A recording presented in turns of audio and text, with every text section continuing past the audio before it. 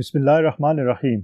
अस्सलाम वालेकुम स्टूडेंट्स, मेरा नाम इमरान अहमद है और मैं आपका कंप्यूटर साइंस का टीचर हूँ।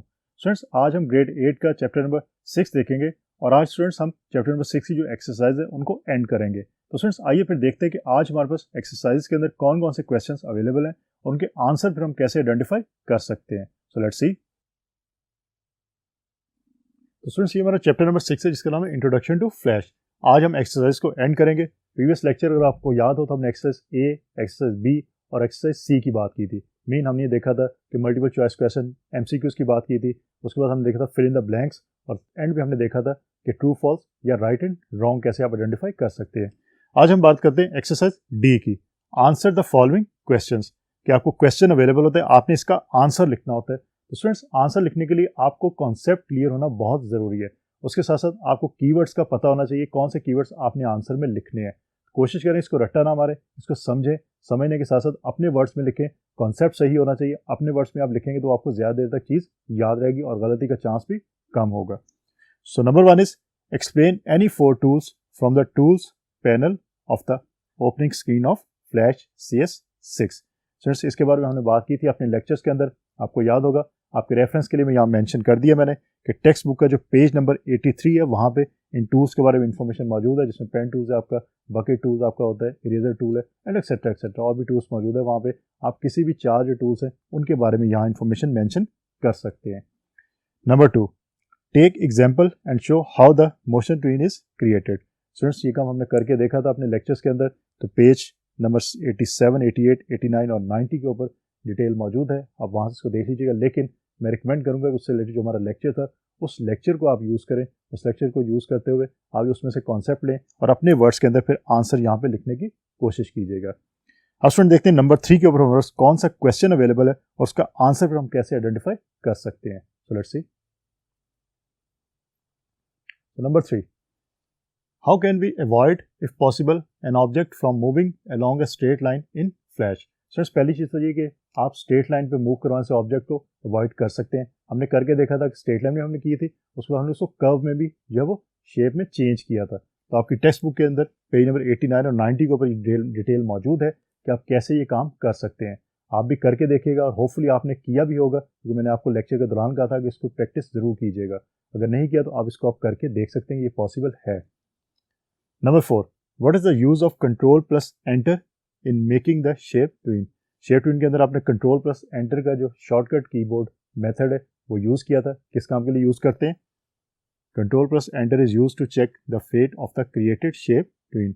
हमने जो उसको चेक करना था तो हमने फिर कंट्रोल प्लस एंटर किया था और हमें चेक हुआ था कि जो हमने फंक्शन परफॉर्म करवाया किसी भी ऑब्जेक्ट के ऊपर वो फंक्शन परफॉर्म हुआ है या नहीं हुआ। तो इसके थ्रू आप ये चीज़ चेक कर सकते हैं। नंबर 5 के ऊपर हमारे पास क्वेश्चन है, if you want an animation to last 2 seconds and with 20 frames per second, what is the number of final key frame of the tween. Friends यहाँ पे याद रखिएगा 2 seconds की बात है और आप बात करें 20 frames per second, mean 1 second के अंदर 20 frames आपके जो वो एग्जीक्यूट होते हैं। तो 2 seconds की आप बात करें तो इसका मतलब है कि आपका जो लास्ट होगा की फ्रेम, मीन जो फाइनल की फ्रेम होगा वो इनफैक्ट 40th की फ्रेम आपका होगा। तो यहाँ पे आपका आंसर जो 40 रहेगा, क्योंकि आप 2 seconds की आप बात करें और 20 frames per second है ये। तो इसका मतलब 1 सेकंड से ज़्यादा, मीन 20 से ज़्यादा आपके जो फ्रेम्स है वो लास्ट फ्रेम आपका होगा। तो 40th आपका वो की फ्रेम होगा। तो ये चीज़ आपने याद रखनी है। अब स्टूडेंट हम बात करते हैं हमारे पास एक्सरसाइज जो नेक्स्ट है वो कौन सी है, उसमें क्या क्वेश्चन हमारे पास अवेलेबल है, उनके आंसर हम कैसे आइडेंटिफाई कर सकते हैं। So let's see. Exercise F। Students exercise F आपकी बुक का एक क्विज है।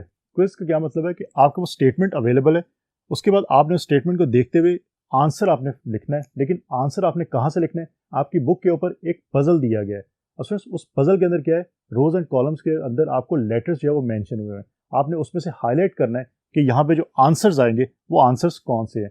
मीन उस पजल के अंदर वो आंसर मौजूद होना चाहिए, वो आंसर आपने यहाँ पे मेंशन करना है। फ्रेंड्स पजल आपकी बुक के अंदर मौजूद है, आपने उसको वहाँ पे खुद हाईलाइट करना है। मैं आपको सोल्यूशन यहाँ पे बता दूंगा, यहाँ पे आपको कीवर्ड्स में बता दूंगा कौन से कीवर्ड्स हैं। आपने इनको खुद आइडेंटिफाई करना है उस पजल के अंदर और फिर उसको हाईलाइट करके अपने पास रख लीजिएगा ताकि आपको आइडिया हो कि आंसर्स वहाँ पे किस जगह पे मौजूद है। अभी मैं इसको सोल्यूशन देने के बाद आपको ये बताऊंगा कि आपने पजल में से कैसे उनको हाईलाइट करना है, कैसे डिटेक्ट करना है कि कहाँ पे वो स्पेसिफिक जो आंसर मौजूद है। तो पहले हम इसका सोल्यूशन निकाल लेते हैं और फिर पजल की तरफ चलेंगे।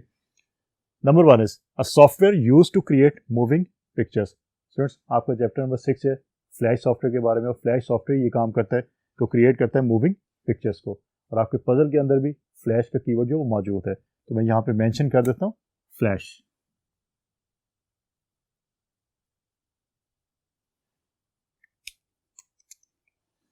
Number 2, name of A company that developed CS6 mean creative suit 6 जो है वो किसने डेवलप किया है, वो कंपनी कौन सी है, तो याद रखिएगा। और मैं लेक्चर्स में आपको कहा था कि इसको अपने याद रखना है एडोब, तो एडोब यहाँ पे आप मेंशन कर देंगे।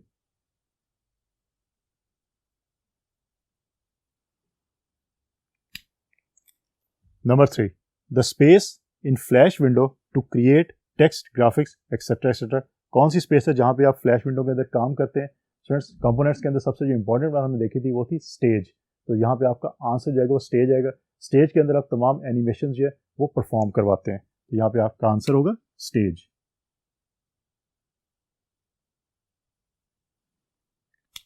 सर आंसर को आइडेंटिफाई करने के लिए स्टेटमेंट को जरा अच्छी तरह पढ़िएगा, फिर आंसर आप आइडेंटिफाई करें, क्योंकि हो सकता है कि आप दो स्टेटमेंट्स आपको जो है वो डिफरेंट आंसर प्रोवाइड करें, उसमें सिर्फ एक आध कीवर्ड का डिफरेंस हो सकता है, लेकिन अगर आप जल्दी में पढ़ेंगे तो हो सकता है कि आप वो कीवर्ड जो है स्किप कर जाए और आप कोई गलत आंसर लिखते हैं। So the space in Flash window to create text graphics etcetera वो स्टेज कहलाती है। Number 4, it contains various images and other elements, आपके फ्लैश के अंदर कौन सी ऐसी चीज़ है या कौन से ऐसे एलिमेंट है जो कंटेन करता है वेरियस इमेजेस और एलिमेंट्स को, तो आपको याद होना चाहिए टाइमलाइन ये काम करता था, यहाँ मेंशन कर देता हूँ मैं timeline. Timeline. Number 5, a tool use to create free hand drawing, free hand drawing के लिए कौन सा टूल आप लोग यूज करते हैं, सिंपल पेन को यूज करते हैं, तो मैं यहाँ मेंशन कर देता हूँ पेन।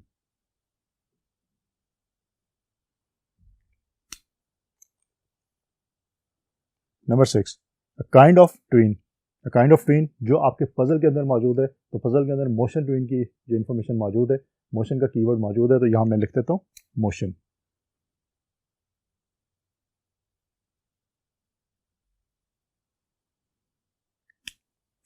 तो स्टूडेंट्स ये आपके आंसर्स हैं, इन आंसर्स को आपने अब आइडेंटिफाई करना है, फाइंड आउट करना है उस पजल के अंदर, और फिर उसको हाईलाइट करना है। अब मैं आपको तरीका बताता हूँ कि आपने कैसे उसको जो है पजल के अंदर से आपने चूज करना है और चेक करना है कहाँ पे ये आपका स्पेसिफिक कीवर्ड जो मौजूद है।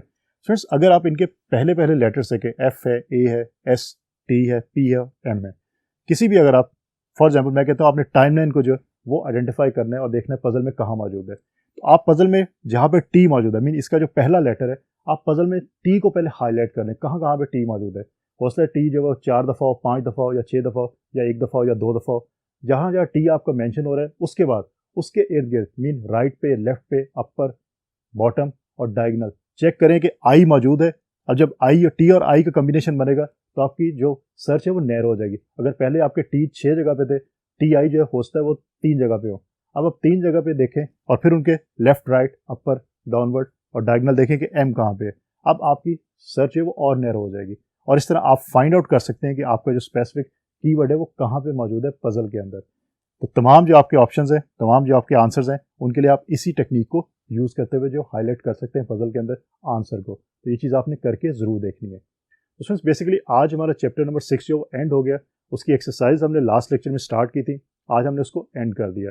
पहले हमने ये देखा कि अगर हमारे पास एक क्वेश्चन अवेलेबल है, हमने आंसर लिखना है तो कैसे लिखना है आंसर, उसमें मेजॉरिटी आंसर्स का मैंने आपको जो रेफरेंस दे दिया आपकी टेक्स्ट बुक में कहाँ पे वो मौजूद है, लेकिन रिकमेंडेशन ये है कि आप उससे रिलेटेड जो लेक्चर्स हैं उनको सुनिएगा और उससे फिर आंसर खुद जो है आप आइडेंटिफाई करें, आंसर खुद लिखने की कोशिश करें, ताकि एग्जाम के अंदर आप गलती ना करें और आपको आंसर याद भी रह सके। देन लास्ट में हमने क्विज की बात की कि अगर आपके पास एक स्टेटमेंट अवेलेबल है, उस स्टेटमेंट के बेस के ऊपर आपने जो सोल्यूशन लिखना है, मीन आंसर एक लिखना है, और उस स्पेसिफिक कीवर्ड आपको जो पजल है बुक के अंदर उसके अंदर वो मौजूद होना चाहिए। तो सोल्यूशन मैंने आपको बता दिया, इस सोल्यूशन को आप इम्प्लीमेंट कीजिएगा, आपकी टेक्स्ट बुक के अंदर जो पजल है वहाँ पे आइडेंटिफाई करें, जो सोल्यूशन के कीवर्ड्स हैं आपके पास आइडेंटिफाई करके उनको हाईलाइट कर लीजिएगा। तो स्टूडेंट्स होपफुली आज का लेक्चर आपको अच्छी तरह समझ आ गया होगा।